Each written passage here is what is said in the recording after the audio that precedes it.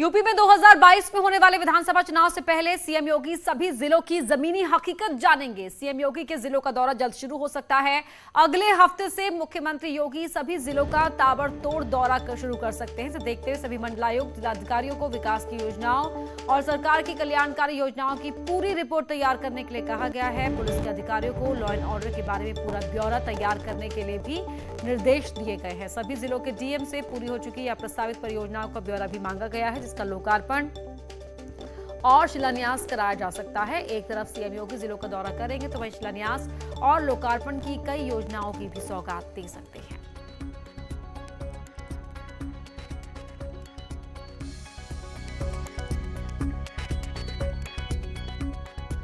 तो सीएम का मिशन 2022 विधानसभा चुनाव से पहले जमीनी हकीकत जानने के लिए जिलों का दौरा करेंगे। सभी जिलों में जाएंगे, वहां देखेंगे सरकार की योजनाओं को किस तरह से अमलीजामा पहनाया गया है, क्या यहाँ व्यवस्था में कहीं कोई दिक्कत तो नहीं।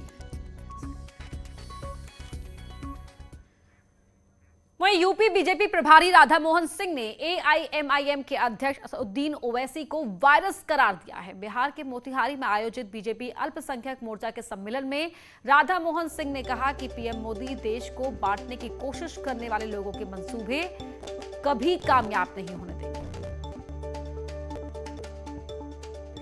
ये वायरस जो उसने नाम दिया ओवैसी वायरस आगा, तो उसके लिए भी हमारा टीका, मोदी का टीका कौन है? ये अल्पसंख्यक मोर्चा जो है देश का, वो टीका है। तो टीका लगाकर उस वायरस को भी समाप्त करेगा और देश को दोबारा विभाजन के खिलाफ नहीं खड़ा।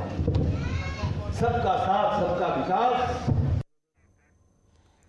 अयोध्या में इस बार होगा 6 दिन का दीपोत्सव। जी हां, 1 नवंबर से 6 नवंबर तक दीपोत्सव मेले का आयोजन किया जाएगा। 3 नवंबर को दिवाली से एक दिन पहले दीपोत्सव का भव्य आयोजन होगा और इसी दिन प्रधानमंत्री मोदी का अयोध्या दौरा भी प्रस्तावित है।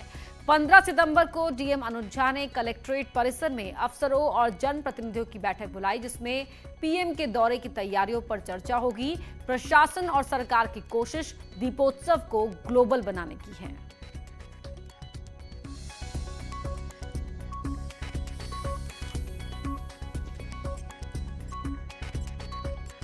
इस बार अयोध्या का दीपोत्सव 6 दिवसीय होगा। 1 नवंबर से 6 नवंबर तक अयोध्या की राम की पैड़ी पर भव्य दीपोत्सव मनाया जाएगा। मुख्य दीपोत्सव का पर्व 3 नवंबर को होगा और इस 3 नवंबर के दीपोत्सव में प्रधानमंत्री नरेंद्र मोदी भी शामिल होंगे। यही नहीं, इस बार 7.5 लाख दीप जलाने का लक्ष्य रखा गया है। अयोध्या में 108 कुंड हैं, इन सभी कुंडों पर दीप जलाए जाएंगे। केवी शुक्ला, न्यूज़ 18, अयोध्या। जन्माष्टमी पर श्री कृष्ण जन्माष्टमी से मथुरा को तीर्थ स्थल घोषित करने के महज 11 दिन के अंदर ही 10 वर्ग किलोमीटर के क्षेत्र में आने वाले 22 नगर निगम वार्डों को भी तीर्थ स्थल घोषित कर दिया गया है। जन्मभूमि के आसपास का 10 वर्ग किलोमीटर का इलाका अब तीर्थ स्थल घोषित कर दिया गया है।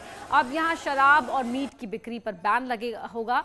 यूपी सरकार के इस फैसले के बाद साधु संत समाज खुश है। यूपी सरकार के मुताबिक मथुरा के विकास के लिए किसी भी स्तर पर संसाधन की कमी नहीं होने दी जाएगी। स्थानीय लोगों और संतों ने कहा कि धार्मिक पर्यटन के तौर पर मथुरा उपेक्षा का शिकार रहा है, लेकिन अब मथुरा पूरी दुनिया में पर्यटन के प्रमुख केंद्र के रूप में उभरेगा। श्री कृष्ण जन्मभूमि न्यास समस्त मथुरावासी ब्रजवासियों की तरफ से पूज्य योगी जी का अभिनंदन, वंदन, नमन। आज ब्रजवासियों की चिर प्रतीक्षित जो कामना थी वो पूर्ण हुई है।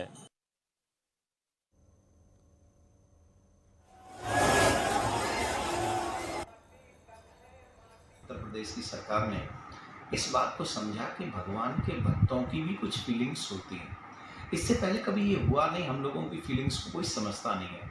ये दुर्भाग्यपूर्ण है। ये सबसे पहले तो साधुवाद उत्तर प्रदेश सरकार को, जिन्होंने ये 10 किलोमीटर ही इसको पूरा किया।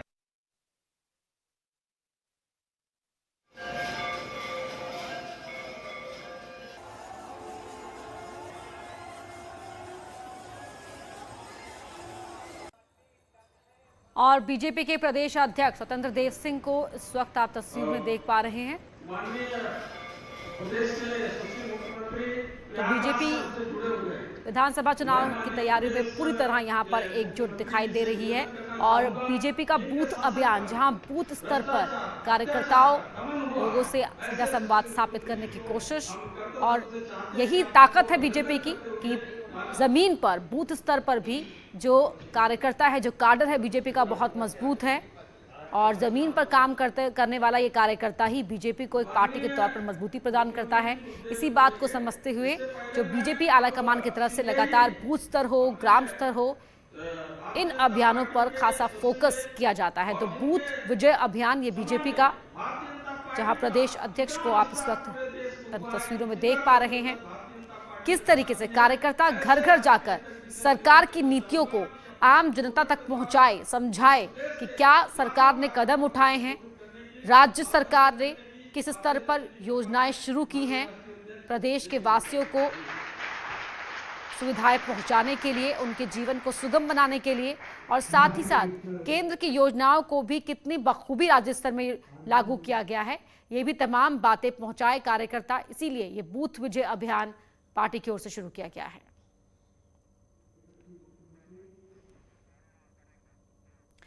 राष्ट्रपति रामनाथ कोविंद आज प्रयागराज दौरे पर पहुंचे। इलाहाबाद हाईकोर्ट में आयोजित कार्यक्रम में राष्ट्रपति ने यूपी नेशनल लॉ यूनिवर्सिटी समेत 600 करोड़ की योजनाओं का शिलान्यास किया।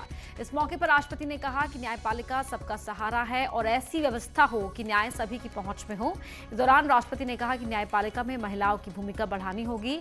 इस विश्वविद्यालय में शुरू से ही छात्राओं और शिक्षिकाओं के समान प्रतिनिधित्व पर जोर दिया जाना चाहिए। आरंभ से ही विश्व के सर्वश्रेष्ठ विधि विश्वविद्यालयों की पद्धतियों और प्रणालियों का अध्ययन करके श्रेष्ठतम व्यवस्थाओं को अपनाया जाए। इस विश्वविद्यालय में शुरू से ही छात्राओं और शिक्षिकाओं के समान प्रतिनिधित्व पर भी जोर दिया जाना चाहिए।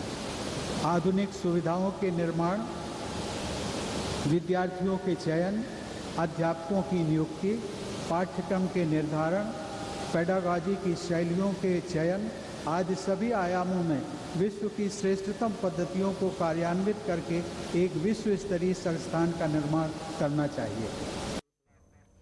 यहाँ रुक रहे हैं एक छोटे से ब्रेक के लिए, जल्द लौटते हैं।